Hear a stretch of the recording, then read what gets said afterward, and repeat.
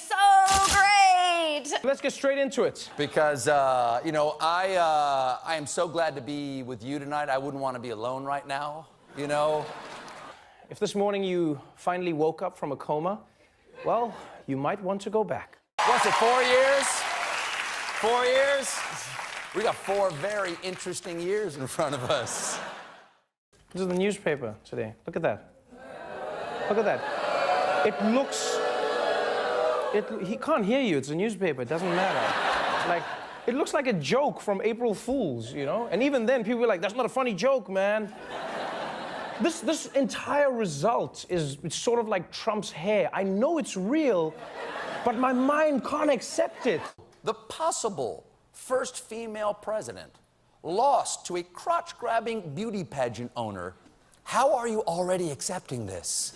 Everybody's saying, has America lost its mind? But, like it or not, for the record, not. We have to accept that Donald Trump will be the 45th president of the United States. This sucks. And if haters want to call me a sad liberal, Liberace, tough titty, I said it first. Now, as a white man, I also know that any emotions that I'm feeling are likely a fraction of those being felt by the LGBTQ community, African Americans, Hispanic Americans, Muslim Americans, and any number of the immigrant communities so vital to our country. So hopefully the Trump administration and Trump supporters will be compassionate to them. Good, maybe, you know? Maybe he'll be different from how he was and always is. So, how did everyone get this so spectacularly wrong? Pollsters, the media, the Keeping It 1600 nerds, us. What was the X factor that none of the forecasts accounted for? Okay, it's pretty clear who ruined America. White people. I guess ruining Brooklyn was just a dry run. But look, even though so much of yesterday felt like bad news, it wasn't a total buzzkill.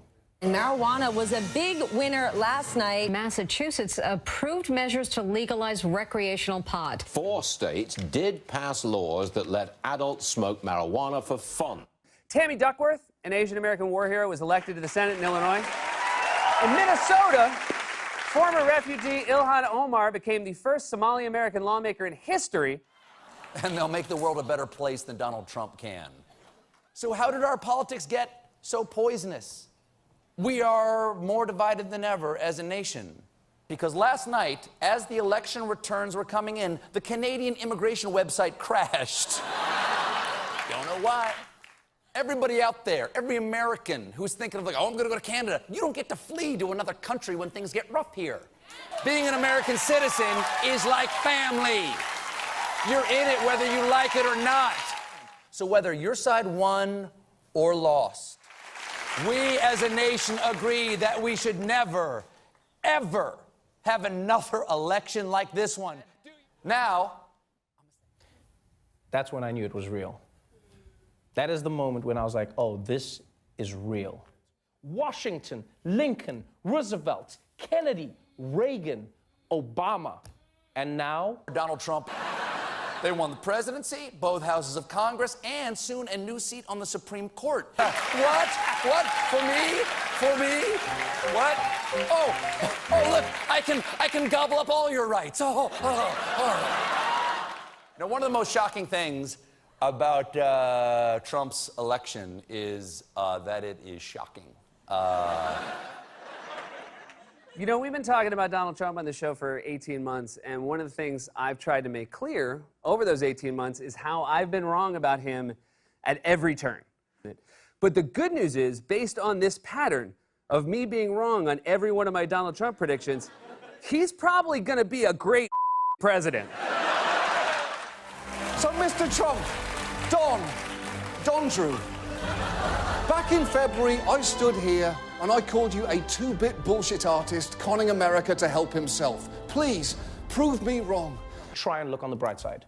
You know, since Trump won the election, no one can deny that he has been a phenomenal president-elect, right? It's been a great 19 hours.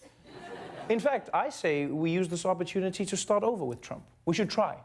Let's wipe the slate clean and start with 0 days that President Trump has gone without an incident. And now, one day without an incident. Huh? Huh? 1 day. Yay! 1 day, people. Now it's only 1,459 days to go.